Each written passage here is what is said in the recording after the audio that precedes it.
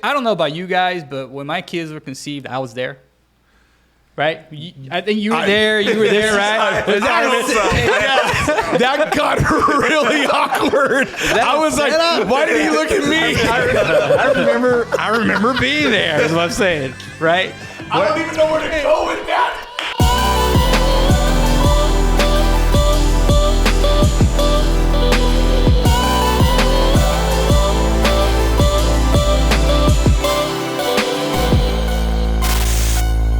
Hello and welcome to the Not Offended podcast, where we question the culture and its influence in the church. We're so happy you tuned in to watch this. Just do us a couple simple favors. Number one, go ahead and hit the like button. Number two, share it with somebody. And three, drop a comment, because trust me, we do our best to answer those comments or even like those comments, but we do appreciate you. It is your host, Anthony, the Conservative Chicano, or the Conservative Cholo, whichever one you want to use. I'm sitting next to my man, Bill, the agent. Once again, that's not Asian, even though he is. It's the agent. And across from me, I have the token. It's our guest white person on this show. And then, of course, it's the bishop, or Mike Cook. And then it's our, of course, one and only Bishop Deshaun. I'm the Bishop. He's the one and only. Okay, listen. I only did that because of our pre-service conversation we were having, which none of you are privy to. But no, it is my homie, Mike. We do appreciate him. And he's here every week. Man, we are so... just excited, but also blessed, and just very thankful for all of you guys who tune in every week. We were just talking about people coming up to us randomly, and those who listen, and we're just blessed. And we're just, what we're going to do right now is we're just going to talk a little bit about how we started this podcast. Just give you guys just a brief couple minutes, just a little history on us. This is episode 16. And I don't even know how this started, other than we all work together, and we found ourselves talking about this stuff. We talk about culture and its influence in the church. And then somebody said we should do a podcast. Do we know who that somebody was? I said as a joke, I thought. Oh, did you? I know I didn't say Okay, yeah. I think we were at the burger place at the mall, right? Oh, what burger place? Let's do a shout out. What burger place was it? What, we trying to get a sponsor? No. Is it all about the money, Mike? It's all about the money? Yeah. I think it just started, just four of us hanging out. What burger place was it? I'm serious. The 50-50 Slater? No, 50-50. Oh, that was that day was good. It was your birthday. Was it my birthday? Yes. It was in February? It was your birthday. That's what it was. Holler, I was younger then. That was nice. Okay, so and then what we told Jake. By the way, give it up for Jake. Jake's back here doing the mixing. Yeah, we appreciate you, Jake. Jake's Thank you so much.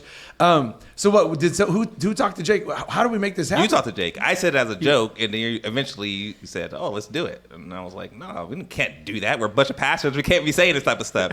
And then you're like, "No, we can do it," and that's what happened. And officially, that's how we got started. Apparently, it was from a joke, a random comment from the bishop, to that was a good burger with the agent. I said, let's make it happen. All right, hey, that's a great story. Obviously, you can tell we had that planned. Now, along the way, people ask, well, how do you get the Not Offended part? Not Offended podcast. Anybody want to chime in on that? Like, how do we get our name for it? Does anybody remember that part? Well, because we talked about how, like, if people heard our conversations, a lot of people would be offended. Which they're hearing them now. And lots of people get offended. Okay, lots of people get offended. Is there? But I mean, we don't say stuff to offend you. It's just our opinions happen to offend people. Do you think offense is an inevitable thing? Yeah, unless you just, try to people please. Oh, okay. Well, yeah, I think it's I'm the lone non-pastor here, right? And I think there are certain things that pastors just. But you're the most level-headed out of the. Yeah, I know, right? Which means you should probably be a pastor, then, if you ask me. And so I think it kind of played on that a little bit. Like, you guys get a platform to talk about things that maybe other pastors don't get to talk about. We get to see a side from you guys that's a little bit outside of the pulpit, right? Okay. And just being normal. That's what I like about being on this podcast, is that we get to see the side that most people don't get to see. I just want to say something for the record. I don't choose to be offensive. Like, you know what I mean? Like, I don't purposely get up in the morning. How can I offend somebody? Like, they make this my life's goal or quest. I understand, though, that my opinions at times can be offensive. Like, I would have never thought saying, do you buy your baby mama a gift on Mother's Day? I never knew that would offend people. Like, I really didn't. Well, your answer didn't. It was the three of us who I guess got in a lot of trouble. You are right. I like to laugh, so I mean, there'd be some serious topics. I don't know. I want to laugh about it, make some jokes about it. People might seem that a little bit offensive, but it's like, just laughing, get over it. But at the end of the day, we all agree we love people, right? Like, I love people. Like, I'm a highly relational person. I love people. And I think a little bit it plays on to our society who's just been politically correct for so long. And so yes, and I can't do politically correct. Yes. Right, exactly. And so we get to just say what's on our minds, and that's okay. I agree with that. I think that's, for me, this has been a great outlet because I'm not one to be politically correct. I won't say things mean, and I do my best not to say disrespectful, and I try to always, move in kindness and just be respectful on the other end of that. But I think the PC, right, the political correctness has actually been more divisive than it has been helpful. It really has. And matter of fact, let's segue into that. I feel like I want to put this clarification out there, and I know if I'm not speaking for you, then speak up. But I feel like I'm speaking for all of us. I want to encourage everybody, if you watch our show, if you listen to it, however you come across this, and you hear a statement we make, please come up and talk to us. A lot of times there needs to be some context. A lot of times people need to have heard, the other 14, 15 episodes, because we could be referring back to something beforehand. But we leave it open to come find us, come talk to us. And what you're going to find is you're going to find a reason for why we made this statement we did. And we're going to give you the context behind that. And we're also open to having good, robust dialogue. And when we have robust dialogue, our goal is not to convert you or to change your mind. It's just to hear each other's sides in an amiable way, in a respectful way. So I know I had that. I know you guys have had that already. But I just want to welcome our listeners to do that, or even put it in the comment sections. Here's what we don't do. We don't get into the name calling. We don't get into the, throwing shade on each other. We keep it very respectful. And so, yeah. I throw shade. I do. But you do. It's well That's deserved. true. It's well deserved. But I think. But is there a difference between telling the truth and throwing shade? There can be. Yeah. There can be. Okay. You got this grin on your face like we're lying over here, D. I could say things in a more respectful way. Okay. Are we working on? I'm working on it. I've been a lot more calm. I heard last week I was a little bit more docile, a little bit more chill. So I'm working my way towards there. You're working your way towards. This is good. You, on the other hand, Deshaun, have been on a roll the last weeks.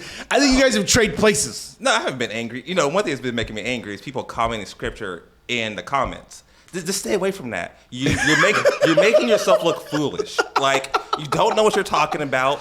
Like, just stop it. You don't know the context of scripture. You don't know scripture well enough. Stop trying to argue us about scripture. You're making yourself look like a fool. You don't even know it, and that's the unfortunate part. You're walking around looking like a fool. I guess I should tell them they're looking like a fool, but I just want to be nice. People's gonna come off mean in the comments. I don't want people to see. So you're making yourself look ignorant, if not a fool? Well, I mean, they are looking like a fool. Just stop quoting scripture. Just leave it alone. All right, there you go. I'll say this also. I'm open to saying I was wrong. Oh, okay. So I made a comment about Miguel giving a liquor license to the 7-Eleven that's right off of the... Were you wrong? I was wrong. Oh, okay. Jake told me that you can't buy liquor there. All right. How does Jake know you can't buy liquor at that 7-Eleven? Hey, long story. I'm kidding. Jake wasn't there trying to buy liquor. Okay? He was trying to have communion at home. Yeah. Well, he was going to get that box bag Rossi wine. Is that what he was getting for you? They don't sell nothing expensive there. We all know about that box bag Rossi. They're top of the line. Top of the line. Fine wine. Straight from Modesto, right? No. Apparently we had before Christ life right there. Okay. So on top of that, let's segue to this. And Bill, we'll start off with you. So last Wednesday, all the pastors, a good portion of pastors from Fresno got together to make a statement down at Eaton Plaza. Yeah. But meanwhile, I guess another organization, I don't even know who it was, it doesn't matter, put together a counter protest to our protest. What are your thoughts on that? And all they wanted to talk about was every pastor over there, of course, the normal, what is it? Gayophobic, transphobic, homophobic. Yeah. I don't know. Did I miss one? Yeah, and that's kind of where I was going to lead into. It's it's you can't gather together as a pastor and Christians without being called hateful, homophobic, and all those things, and that's sad in these days. But and they had counter protesters that came over. I saw that. That were hey, it's the same behind. people who protest us every Sunday. Yeah, I felt like I was right back at Adventure Church again. And so it's one of those things. They try to silence you. You can't speak out on the things that you believe in, right? Or you're going to be put in this group. But I was proud to see pastors out there together. Yeah. And that was neat to see because we've been going through it for a year and a half, 2 years now. Man, and we've been asking for people to speak up and have a voice. And so that was great to see, and that was very encouraging. So, what about you guys? You want to chime in on that? Yeah, I mean, shout outs to my moms. There's a lot of reasons that I'm proud of you, but one of the things that I love so very much about you is that they were in town last week and we had a chance to sit down and talk about differences. Mm-hmm. And there's a lot of things that we agree on and there's a lot of things that we disagree on. And one of the things that we talked about is the days of sitting around a table and having friends who don't see eye to eye are over. So sad. And right away, that gathering of pastors, you get grouped in and people say, well, you're a bigot, you're this and that and the other, just because we have differing views. And it's like, well, okay, I'm not saying that about you. Yeah. I'm not saying all these, false and crazy things about you. And so it's just unfortunate. It's unfortunate that you can't, stand on your beliefs that are different than anybody else's anymore without being some person who's just full of hate. Yeah, I mean, my experience so far with people who don't like us or on the other side is they're a bunch of racists and bigots. That's my experience with them. That's what we see. I saw there on that day they were there, the guy with the mask on, acting like a racist. Those other people acting like bigots with the same thing they want to call us because of our faith and what we believe. Yeah. That's what I see from them. What they want to put on us, they are the ones acting that way. At least they demonstrate the behavior of racists and bigots. Maybe they're not, but they sure do act that way. And they want to put that label on us. It's like, man, that's what you're doing. It's crazy that like I get to see how they treat Deshaun, and I'm like, if we were to have that same video, the label that you would put on us, we could easily put on you. Right. If the four of us are gathering together, why are you going directly to him first, asking him about Juneteenth? No, I agree. And Mike, you said something, and thank you for clarifying that. We do love your moms, and we love when they come to visit. That breaks my heart. It really does because, and I talked about that on Sunday. I love surrounding myself and having friends who don't agree with everything I agree with because I'm able to hear their side. I'm able to hear their heart and where they're coming from. And like I feel most people in America, it's good to see that because if you truly believe what you believe, all it does is solidify what you believe. Mm-hmm. And I agree with you. Where are the days of I don't got to see eye to eye with you for you to be my friend, for you to be my neighbor? I don't got to see eye to eye with you at all. Right? Because we could still be neighbors. And I think we've lost the front porch mentality where, people used to sit on the front porch and, hey, there goes Bob and hey, there goes Steve. Or, like it doesn't matter how he voted or where he voted, but if his car broke down, you help him out. Yeah. If they need some flour or some eggs, you give them that. But everything now is just so divisive. And the only hate we feel is the hate they give. You like that young man that came up to you that day. Yeah, go ahead and tell him. Go ahead and tell everybody what happened. Asking like, oh, how do you... your messaging seems so hateful. And you're like, well, I don't want to talk. Basically, you didn't want to talk right in that moment. And I was like, hey, give me your email. I'll give you my email. Email me. We'll sit down and we'll talk. We'll talk as long as you want about anything you want. I'll answer any question you have. And what happened? He doesn't email me back. Because they don't want to talk. All he wanted in that moment was to yell at you and argue. Yes. That's all he wanted. He didn't want to have a real conversation. That's the thing. Everybody's looking for the next talking point. They're looking for that next quote. They're looking for that next thing. That was the whole reason a council member came over when the pastors were there and took his little Twitter stop and then posted that comment about all the pastors getting together when he should just be working. And, he should be trying to better his district and he should just be working and he should just mind his business. But instead he takes cheap shots because that's how he, riles up his base and gets his followers. So the only divisiveness we see and the only division we see in the community is the division they bring. Because it's not unity. Instead of applauding, because here's the deal. I have an honest question for you guys. And so how many protests have you went to this year to protest the people who have been protesting you? What's your number? Oh, that's 0. We've never protested anybody. Oh, how many did you go to this year? Mike? 0 Klan rallies this year. We just see that right there. That right there. If somebody just tunes into that part, we are so in trouble. But have you went to any Proud Boy conferences? Oh, has any? Oh, that's a great. Have you been to a Proud Boy conference? Is that like a concert? What about you? Bill, what about you? The half white that you are, have you been to a Proud Boy conference? I have not. I have not. But here's the issue with this labeling people and name calling, right? Is that you can't have an intellectual conversation. There it is. Right? And they don't want to have that conversation. There it is. And so that's why they automatically go to these names and Right. put you in the label. Right. Right? Because they don't want to sit down and talk with you. You're right. We've seen that. We've been there a year and a half. You're right. They just don't want to sit down and have this conversation. So. You're right. And what's frustrating for me is that they say that they speak for everybody. You're right. Absolutely. They say, oh, we speak for this entire community. No, you speak for yourself. You don't speak for every person who is a gay or a lesbian. You don't speak for every person who's a minority. No, you speak for yourself. Because you're not speaking for the people who are coming to our church every week. It's true. Right. Yeah. The guys who are coming in who are gay every week. You don't speak for them, obviously, because Right. they're not on your corner. They're in our service. No, you're right. And it's like, you need to just shut up. Yeah. Speak for yourself. Say, this is what I feel. This is what we feel. But you don't speak for everybody. You don't speak for the whole Tower community. You Yeah. speak for yourself. We got people from our church who live in Tower. And it's like, how are you speaking for them? You know what I mean? Just like they want to speak for every business. But I'll tell you this much. They came out, and then we're going to segue on to some bigger national things. They came out because the pastors had finally had enough with the overreach agenda of trying to what? Of trying to indoctrinate or trying to groom the kids that having drag shows are age appropriate. And that's what happened at the zoo. And they got upset because we took a stance and we said, hey, the mayor, conceding and the mayor giving in on the flag raising. And then that, I'm not even calling it a prayer. I don't know what you call it. Maybe it was a poem. But that pastor, well, he ain't even a pastor. Poem was good. Reagan's poem that he came out with, in which he absolutely defamed the name of our God. That's why we went out there to say, listen, we're not going any further with this. You're not grooming the kids. You're not allowing, drag shows at the zoo. We know they were able to do that this year, but enough's enough.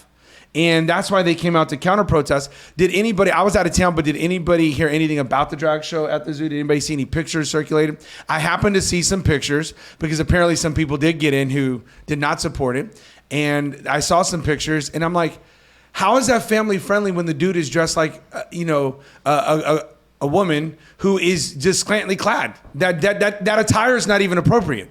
How is that age appropriate? I don't know. I guess anything can be. You just throw family friendly in front of certain things. So strip clubs are family friendly now. Family friendly strip club, or I don't know. But no, I saw some pictures. I'm asking an honest question. Did I miss a memo? So we can say, okay, so at the zoo, we're going to have our first ever, family strip club night put on by, I don't even know the strip club name. I know it's off Clovis Ave because I go that way home, but what is it? Look, Am I not supposed to get this name? Okay. I don't know, nobody wants to name it. Everybody's scared. If I name it, then they're going to know I went to it. And this is going to be bad. I have not been. I've got every guy on this panel in trouble with their wives. This is the classic moment. Nope. Can we get all the faces, Jake? But anyway, family friendly. We'll move on. We'll move on before someone incriminates themselves. Yeah. So I don't know where we're going with this. I got lost. This is the Not Offended podcast where culture meets the church and we talk about its influence on it. We're so glad you tuned in. And Bill just got stumped with a question.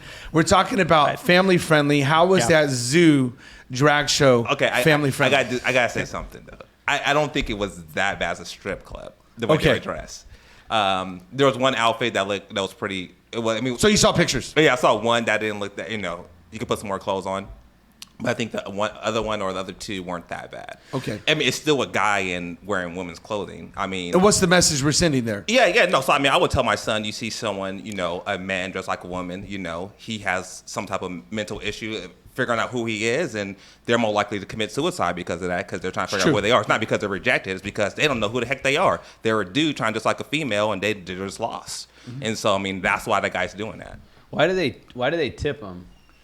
See, now, did we get that confirmed? I seen a picture of a kid with money. Because somebody came up to me and said they were tipping. Okay, so let's go back to the strip club analogy. So what I'm hearing you say is if women put on a little bit more clothing and your young son was there, not saying that it would be, you'd be okay with them tipping? My son being there at a drag show or at a strip club? Either or. I feel like the tipping. But you see where I'm going with this. I set him up. I feel bad now because I know I'm good. I'm good. But I'm saying that's my point. What are you displaying then when you're tipping? That's grooming.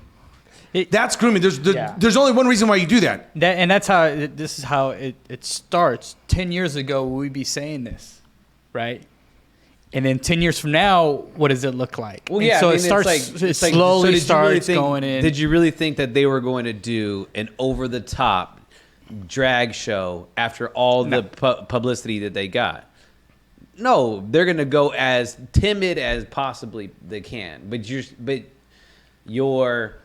the heart behind it still got shown.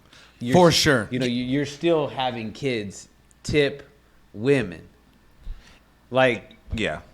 I mean, if you just have a famous singer come out there, you have whatever Moana out there, and they're doing a show out there and they're singing, or The Lion King, they're singing the songs out there, and they're like, hey, you can go give this whatever, you can go tip the singers because they want to feel like they're doing a good job. I don't know if that's a bad thing. I think that's how they're seeing it. But still, there's a problem because you got this mentally ill dude up there dressed like a female, and you're encouraging kids to see this as a good thing. And tip it. Yeah. So if you're a woman, okay, a real one, okay, and you're performing, okay, yeah. like let's just say you're doing contemporary dance, or I don't know, whatever. I don't even think you know what contemporary dance is. Nah, I don't know. I've heard about it. But it's hosted at the zoo. Yeah. Okay, and then you have let's say young boys come up to you afterwards, giving you $1.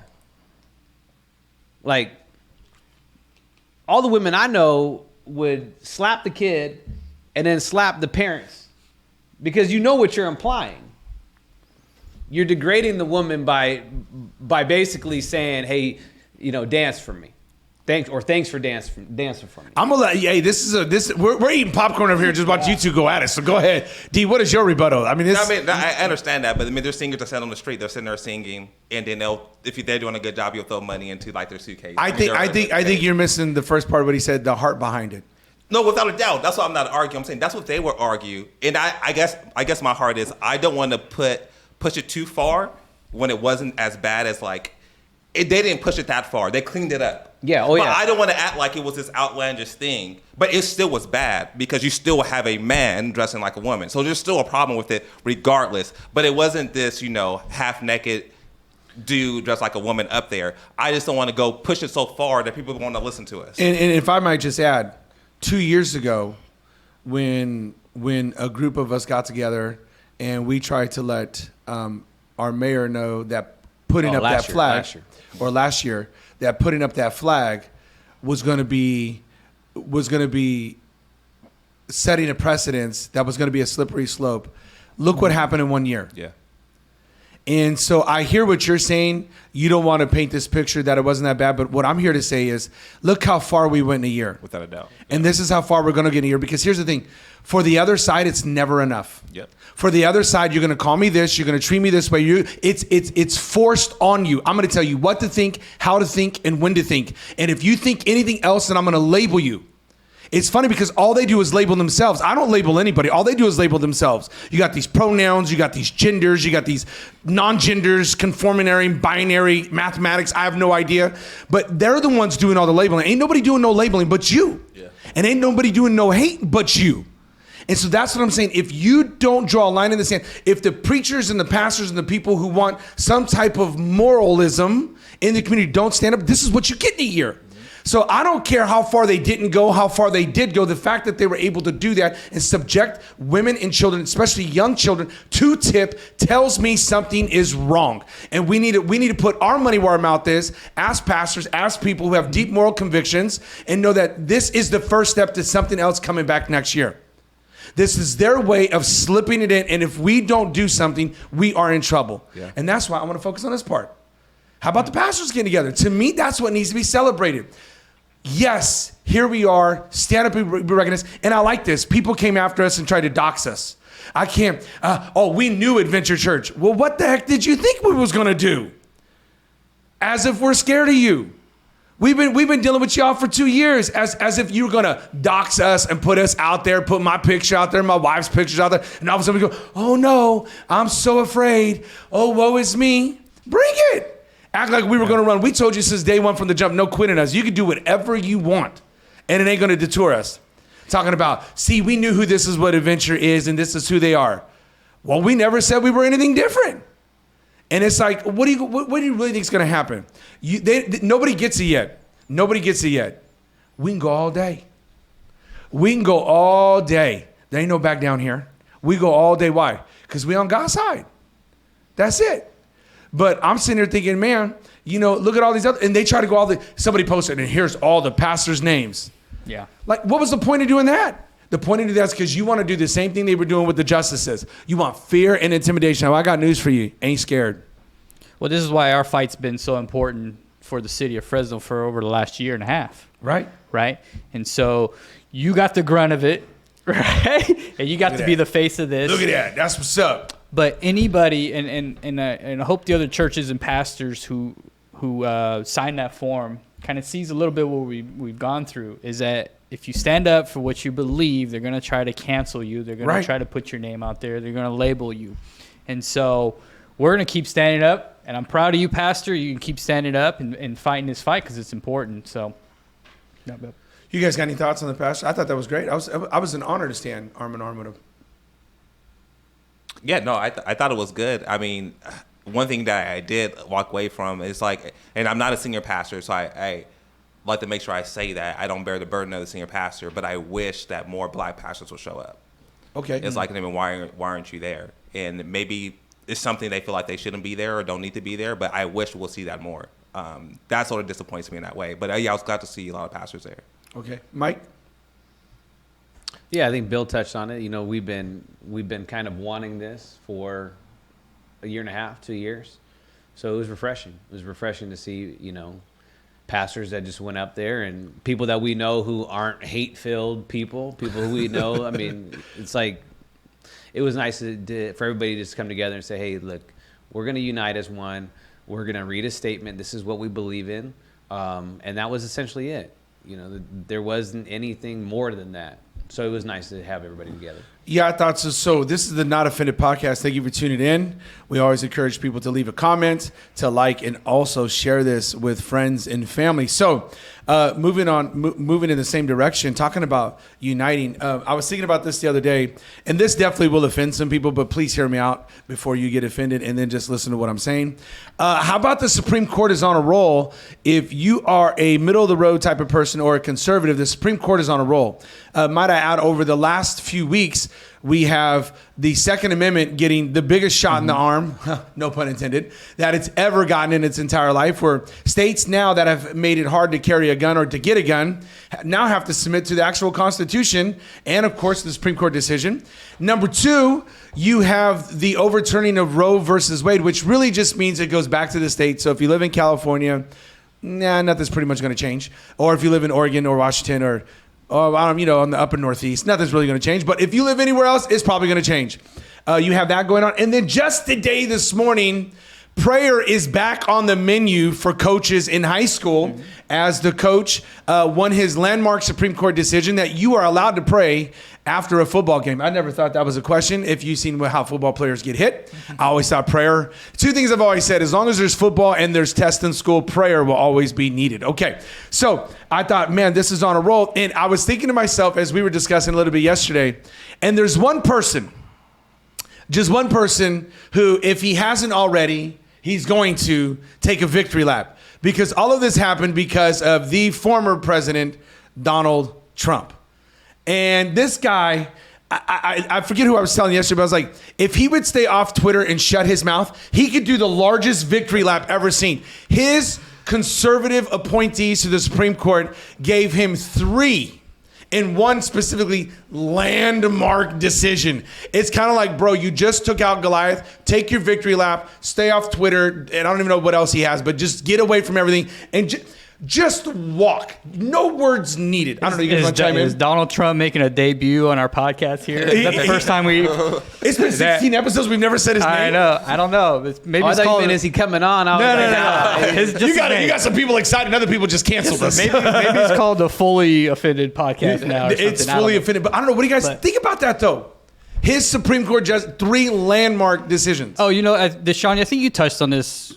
On either here or on a conversation we had, is like, hey, you weren't for Trump and everything that he did, but he at least stood by Christians. No, I don't prefer the way he talks. I think the way he talks is divisive. I think there is. I was going to say crazy. Divisive is a good word. Yeah. I think but we see what they did because of him. We have these decisions that fit our Christian views. So you can hate the guy all you want. You can hate the way he talks. I do too. But because he was in office, this happens. Because he's in office, millions of babies' lives are going to be saved. Mm-hmm. Because of Donald Trump did it. You can say all you want about him, and I can say something I'll agree with you. But it doesn't change the fact this happened because of him. Mike, what do you think about that? Should he just shut his mouth to take a victory lap or what? Get back, coach. He did. He's been too rich and too white for a long time. Yeah. You can't say nothing to that man. Okay, hold on. For our listeners, the get back coach. Okay, so you need to fully understand what a get back coach is. If you ever watch football, especially college football, you see the college football coaches always try to run on the field.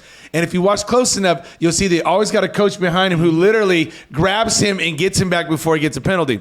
Same thing with the sidelines. That's called the get back coach. Your whole job as a get back coach is to make sure your coach does not get a penalty. That's it. So you're looking at these 3 guys right here. These are my get back coaches. Okay. Anytime I come up with an idea that's going to get me in trouble, first line of defense is Bill. Second line of defense is Deshaun, the bishop, and the third line of defense, who never helps me, is the token. It's Mike Cook. He never helps me. He's usually the one going, I'll go with you, and I'm like, you're my last line of defense. So get back to the get back coach. So you're saying Donald Trump needs a get back coach?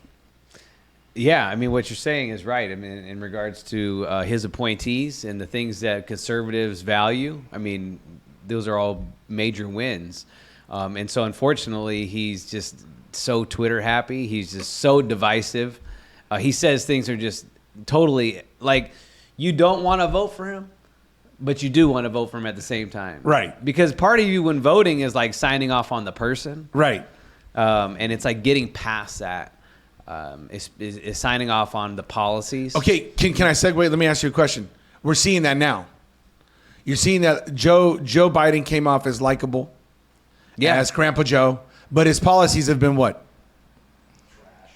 They've been bad. They're bad, and he just seems weak as a president. He seems like a weak leader. It's in general. The only reason I asked that, he's like a fun grandpa. Like you guys ride he's bikes ice cream together. all day, bro. He bikes. Bro, ice cream bikes for sure. He's the grandparent that's like, you want ice cream at 9 in the morning? Actually, I do. I want ice cream. He'd be the grandpa with the ice cream all over his face. But here's what's crazy. I was thinking about this today, and I don't know. Please, somebody correct me. Leave it in the comments box if I'm wrong. I mean, come find me. I was thinking 90 days ago. Like when gas was $4, oh man, Russia's gonna make our gas spike, so we're gonna put the hurt to Russia. Remember, we're gonna go after the rubles or rubies or whatever it is, right? And we're gonna stop the oil and we're gonna put the hurt to them. They living good. What happened to putting the hurt to them? None of that worked. Right. Oh, we're gonna seize their yacht. They just bought another one. Like, I mean, they're not hurting over there, is what I'm saying. That didn't work. And my point in saying that is, you like the guy, and you thought, his policies won't be too bad. And then all of a sudden, you realize, a likable guy, bad policies. Let's go back to Donald Trump, though. Yeah. Do you think he should just shut up and just take your victory lap? Like just hey, see what my policies did? If I'm him, you know what I just say? See what my policies did? I'm a businessman. I know how to get America back on track. I know what to do. And so here's my policies. Look what my former policies did and how that's playing out. That's my opinion. What he should do and what he's going to do are going to be two whole different things. And so if you're asking Donald Trump to kind of just take his victory and just be quiet about it, it's not going to happen. I think he's going to interject himself into these things, but he should speak out about the current court that he put together. Absolutely. Right.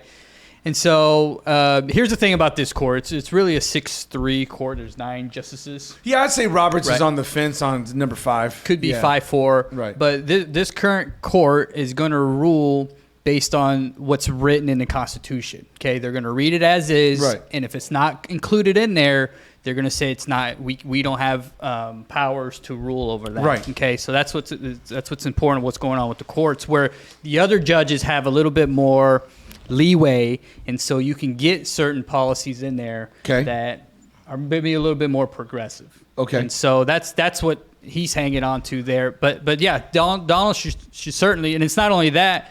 He appointed several other judges, like some 400 judges, I think, that go down the line during his time. And so, Well, let's definitely segue because I'm going to ask you that question, and we'll get to these guys. So Roe v. Wade, right, comes out, and all of a sudden you hear riots in the streets. Mike was just reading earlier about what's going on in Portland. Portland's actually asking for more police because the riots are so bad. Fancy that. I thought they was defund the police. They defunded them, and then Now they got to fund them. Yeah. Ooh, I take that back. I take that back. Hey, yeah, but I'm asking for twice as much. That's all I got to say. Portland got and money. no one got guns up there. Oh, and no one's got. Ooh, this is gonna be bad. You just get Okay. robbed. They got pine cones. They got. Oh, hey, that's what's up. Pine cones. Hey, those hurt. I've been hit with one. So let me ask you this. So Roe v. Wade gets really pushed back down to the states. You were talking a minute ago about those justices follow the actual Constitution, the actual letter of the law. And in your opinion, isn't that just what happened right there? As they said, hey, states, in this area, you are sovereign when it comes to this. We're going to let you guys decide on what you want to do. Right. Well, and that's what the justices are there for. They're there to interpret the law. They're not there to make law. And so it's been used, the court's been used in recent years to make law. It's been politicized is what you're saying. Correct. And so it's getting returned back to where it originally was there for. It's just to interpret the law of the land. Okay. Yeah, I And mean, that's it, so. we have in our Constitution, we have the right to bear arms. So they voted that, hey, you have the right to bear arms because it's in our Constitution. Abortion is not in the Constitution, so it's like, well, why are you making this decision? Send it to the states. Simple as that. They're following the law, and people are mad about it. And the thing is, you're mad about it, but it's going to your states for people you vote for. Which means what? You don't vote for the Supreme Court. Oh, that's So good. in That's California, good. you're voting. The people who are making this decision are people that you go out and get the vote for. You have control of who's in that That's a good place. point. Yeah. So why are you mad about that? So in California, guess what? It ain't going away because we have so many people who are going to vote for that. It's going to be here. In Texas, guess what? You ain't going to have abortions. You don't like it, change the way you go vote differently. Or get out of the state. You're 100% right. They didn't take away rights. They actually gave you more rights. This They is gave you more democracy. rights to go vote. Okay, but you're. This is exactly where I want to get to. Why is everybody out there rioting, going all crazy? They took away all the rights. It's the media. Every talk I'm telling you, from CNN to MSNBC to all these which lean left agencies. I don't think that surprised anybody. It's like they all share the same talking points. That's it. It's over. You're never going to get an abortion again. Oh my gosh, blah blah blah. And I'm sitting there thinking, all they did was kick it back down to the state. Yeah, I mean, there's definitely states that you can't. I mean, there's states. Oh, that in are Alabama, scrambling. Mississippi, Arkansas, and everywhere. Yeah, you ain't gonna get one. Yeah, I think Tennessee, they all had Right. trigger laws that right away, Right. like went in effect. So Yeah, so a lot of the states in the Midwest, basically, if you live on the coast, what was that, past South Carolina, you're gonna be all right. Or if you live all the way on the West Coast. But here's the thing: it still goes back down to the states, and I agree with you. It's how you vote. So here's my question to you guys. Dr. Tony Evans came out with a statement. Shout out to Dr. Tony Evans.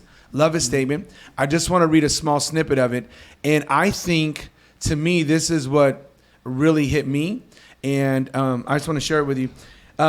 Men should be held personally and financially accountable for the children they help to produce, whether planned or unplanned, but most importantly, women should never have to bear the challenges of an unplanned pregnancy on their own. I love this last part. This is my favorite part of my favorite part. We as the body of Christ should come alongside those in need through spiritual and tangible support.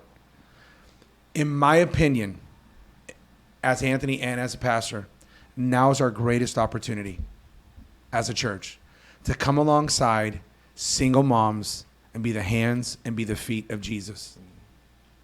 I think God has opened up a door and given us an opportunity to step to the plate and be the church. I've never been more excited.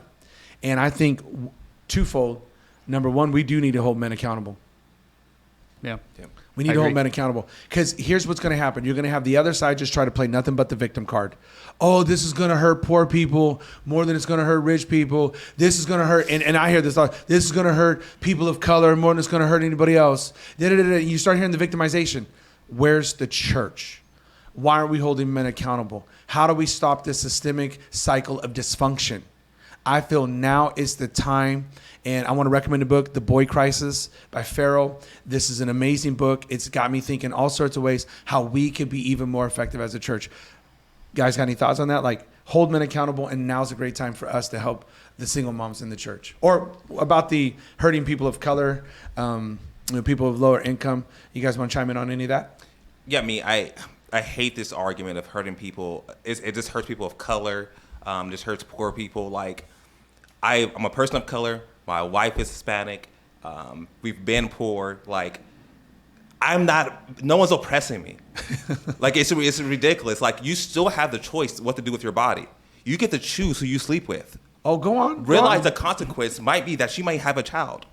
Obama made a stupid statement. Absolutely stupid. And he claimed that he was a believer. But he was saying they took away women's right for their most, I think, intense private choice. Your most intense private choice is who you sleep with. There's nothing more intimate than that. And you get to choose who you sleep with. That is your choice. That should be your choice. And realize when you do that, you might get pregnant. But so contraceptives are free, though. So it's still your body. So if you don't want to get pregnant, don't sleep with the dude. Oh, how about it's that simple. How about if you don't want to get pregnant, just get on birth control? Or I don't know. I don't want to be crass, but wear a condom? Or I don't know. And there's some like you could like what is IUD or whatever they are. There's other ways. Or how about this? Before you take dude home or he takes you home, really think to yourself, do I want a kid with this dude? I don't know. That's just me. I may very simple, guys. Just do it God's way. Oh, see, right? That's it. Go back to what the Bible there it is, says. right there. Save yourself for marriage, because if you the only non-pastor on this podcast, he would have came over to the Bible. You still don't even need it for common sense. You don't even need the Bible just to realize that if you have sex with someone, you might get pregnant, and that is your choice. Yeah. Period. There isn't some white dude over there with two black people and a gun to their head saying sleep together and have a baby. No, you have the freaking choice. So I hate that argument. It doesn't matter if you're poor. I can't afford to have a kid too, but you figure out a way. That's been going out for millions of years. People have been having kids when they couldn't afford it. Okay, big deal. Go do it. Then why has this been so hard to talk about in the church? I have no idea. You should be talking about it. But it's like if you talk about saving yourself for marriage, everybody look at you cross-eyed. I don't understand. I think we've just done a poor job of presenting God's way, and it's like, but God's way is pretty much. I don't want to say, guaranteed, because you still have people who end up divorced, right? But I'm saying it at least reduces the risk of it ending up divorce. And I don't get it. It's like we don't, or having unplanned pregnancies. I don't get it. We get all silent. It's like culture has influenced the church, and all of a sudden the church, instead of just sticking to the word of God, we've sticking more to political talking points. That's all I'm saying. Yeah, I'll go back to I think you started with this. What's the church's role and the man's role? That's it. Right. I think men have gotten away with this issue for 50 years now. It's been 62 million abortions. 62 million. That's reported, right? 62 million. pregnancies, abortions, babies that have been killed Since 1973. since 1973. We survived, And guys. it- We made it. We Yeah. survived Roe But- versus Wade. We all could have got aborted. We all survived. We should be happy know, about that's that. real. And guess what? A whole bunch of, but 62 But- million did it. And, So we and did I it. guarantee the majority of those were kids of color. Guaranteed. Oh yeah, it's Okay, it's good but it times. was not my fault. No. No. Okay. No. Okay. I don't know. I was like, you said not my fault. I was like, well, what did you do, Mike You Cook? didn't Like, force anyone to sleep together. Okay, You're good. all okay. But when I was going back, I still was like, where did that come from? Not my fault. I was like, is there something you're not telling us? Everything. Well, the majority of the things that we talk okay. about are my fault. Oh, okay. I was like, are you buying lunch later? What No, happened? no, no. It's like, hey, Yeah. it's the white guy's fault. All right. Hey, no, it's the white guy's fault. So this was not my fault. Okay, Go good. ahead. yeah, it- 62 just is half your of best. it, Yeah. 62 million. So the men have not been had to take responsibility for what it takes two. I don't know about you guys, but when my kids were conceived, I was there. Right? I think you were there. You were there, right? That got really awkward. I was like, why did he look at me? I remember being there. Is what I'm saying, right? I don't even know where to go with that. My point is, it took two. It right? does, It correct. takes two. But we yes. made this a woman issue where the men Right. can get away with not taking responsibility. I Right. think he hit it on the nail. The father, we talked to this last week. The fathers need to step up, and the church's role is to bring up young men and teach them the right way. It's systemic, absolutely. No, you're 100% right. It's been a systemic issue because think about it. I mean, you're the only one who doesn't have daughters. There's a big difference. Your daughter comes home pregnant or your son got a girl pregnant. There's a big difference. There's a big difference. And I don't want to be rude or insensitive, but let's be honest about something. And I'd say a good portion. I won't say most. Good portion of fathers, probably the first thing, or even moms, probably the first thing they say to their son is, you need to make sure what? That's your baby. And I know that's not the politically correct things to say, but if I was a betting man, I'm not a betting man, but if I was a betting man, if 10 boys came home, I guarantee you somewhere between 6 and 7 of whatever family member, either mom or dad, is asking that question. Are you sure that baby's yours? And see, the woman can never deny it because she's pregnant. So there automatically is a support system. No, I shouldn't say that. There automatically is on one end for the boy a support system of, hey, you need to go find out if that's yours. So you're already questioning the fidelity of the person you're with. But when it comes to the girls, you don't ever question that because obviously she got pregnant. And I feel that's completely unfair. That's why when Tony Evans makes a statement, thank you, Dr. Tony Evans, 100% the men should be held accountable. And if that takes you getting a DNA test, then so be it. But you know what? You are going to be held responsible. And here's us. That's why I'm so hard on us in the church as being older men. You need to grab yourself a young man and you need to start to show him the way of Jesus and how this is how it. And if we stick to God's plan and you stick to marriage, then we're just going to continue ongoing coaching. Because the truth of it is, I don't know how many of us here or how many other men watching were rightly taught how to be a man, a biblical way. Mm-hmm. This is something we've kind of had to figure out on our own.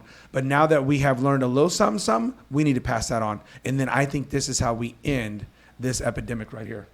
I think this is how we do it. Yeah, and I agree with that. And I think even fathers, if your daughter comes home pregnant, come on, we have to deal with that in the right way. Come on. We can't throw shame on them, even though you might feel hurt as a father. I failed, so you automatically take that on her. What you've been doing, you might be, this father might be calling her names and things like that. It's no, you need to deal with that and be there and support her. Because you were supposed to be there and bringing her up. It may be something that you failed on. You look at your own self and then help her through this process, through this time. I mean, I felt like how I felt last week after our podcast. Was I got to do my best to raise my daughter. But if this happens, I got to be there to support her and be there to help her. So because good. otherwise, it's just going to keep going downhill for her kids and kids and generations. It's I got to be there. I got to get rid of the shame and hurt that I have and help her in that moment. That no, you're going to have this child and this child's going to be loved and cared for in that way. So I think a big thing me as men have to get over. That was good. Mike, you have a daughter. What did you think about that? It's powerful. It's a lot of responsibility. and it is our responsibility. We need to do it. We talked a little bit about this last week. I feel like there's been a big emphasis on moving away from the power that can be used in the right way by men. Yeah. Good. There's a lot of this is how men do things wrong, but we need to emphasize, hey, how can men do things right? Yep. Or how about honor the men who are doing things right? Yeah. And continue there's no perfect man. I'm sorry if you out there looking for him, he don't exist. Jesus, that's all you getting. Yeah. So there's no perfect man. Yeah. We all strive to be better, and we hope to strive to be better. Yeah. But I think that there does need to be an emphasis on being a strong male leader and being okay with having your house led by a strong male leader. Man, so good. And I think that needs to resonate in the church. I think that needs to resonate in city government. And it needs to just resonate in our schools. Our schools need a firm voice. I was talking to my moms about this last week. I said, hey, what do you want with all this trans stuff and everything that's going on right now? I said, yeah, my daughter's being affirmed at school, but what about my boys? Man, that's good. Come on. What about my boys? What are they? Is it okay that they could be strong boys? That they could, really feel confident in who they are? Is that okay for them? And obviously, my moms were like, yeah, absolutely. But a lot of people, that's just not being pushed. We need to affirm our boys so that they grow up and that they take responsibility for the responsibilities that God has given them. That is so good. No, I think all of you guys are right. And this is the Not Offended podcast. Thank you, everybody, for tuning in. I just want to take a minute and I just, man, I can't get past just what both of you are saying, even what you were saying, Bill. And I want to do two things. Number one is I want to talk to the dads out there. Being a father and realizing my own shortcomings, I think if we all would start a little list of things we regret we did do, or for the things we did or the things we didn't do, right? We know that list would be long. And I just want to say something to the dads real quick. We've all made our fair share of mistakes. And what you said about the daughters, right? I have two. It hits me like, I know I haven't been the best father. And I just want to give a word of advice out there. Just go own it. Just go own it and apologize and say, hey, if you will allow me to be a part of your life, I want to now. And if I did do that, if you did come home and I felt shame when I didn't need to feel shame, I'm sorry. And to be able to just bring them in close and let them know, hey, I can't really make up for yesterday, but I can sure make tomorrow a lot better. And I just really want to encourage dads out there and moms, even if that's you, but normally it's more dads than moms. But moms, if that's you, just you do the same. And my heart also being pretty much raised by a single mom, I just want to once again tell the moms out there, we're there for you, especially when it comes to your young boys. And hearing our hearts again too, we want to help with that. We want to teach the young man. We want to affirm that God didn't make a mistake when he made him a boy. And we want to affirm that, that they can be all that they destined and desired to be. Through some hard work and through some diligence, we can get there. But I really want to speak to everybody who's watching here. It's never too late to get that second chance, and it's never too late to try again. And I want to leave everybody with that. We're talking about heavy subjects. We're talking about men taking accountability. We're talking about everything that's going on. But please don't miss the heart of this podcast. We're pastors, and we care about people. And we do watch men get beat up all the time. And what we're here to say is, men, we're here for you. And I agree with you. We're not perfect, but we're in process, and every day we hope to make progress. Amen. And that's what we want to do for men. So men, if you come to Adventure Church, we're just going to love on you. And we're just going to let you know, hey, we're going to call you out, right? We're going to call you out when you're not doing what you should be doing. And we're definitely going to come alongside of you and try to model it for you, right? Hey, this is what you should be doing. But in all things, you're going to find grace and mercy here because we're all surrendered and submitted to the ultimate man's man, which was Jesus Christ. Amen. And so I just want them to know that. I want you guys to know that we're praying for you. We care about you. And if you're a man out there and you're just struggling right now, reach out to us. We want to help you. If you're a single mom and your son, 13 or 14, is in a crisis and they're just in a rough spot, reach out to us. We want to help. We want to do what we can to help. But we want you by no means to ever feel like we're not here and that we're just picking on select topics. We see what's going on. And if you're out there and I don't know how this podcast found you, but you're pregnant and you're afraid to tell somebody, reach out to us. And then we'll do what we can for you. But I'm going to tell you right now, this is the church's finest hour. This is the church's finest hour. We literally what happened a few days ago was how many more babies are going to be saved because of what happened. And how does God look upon a nation that values life? It's a blessing. So church, we need to rise up. Men, we need to rise up. This is our opportunity.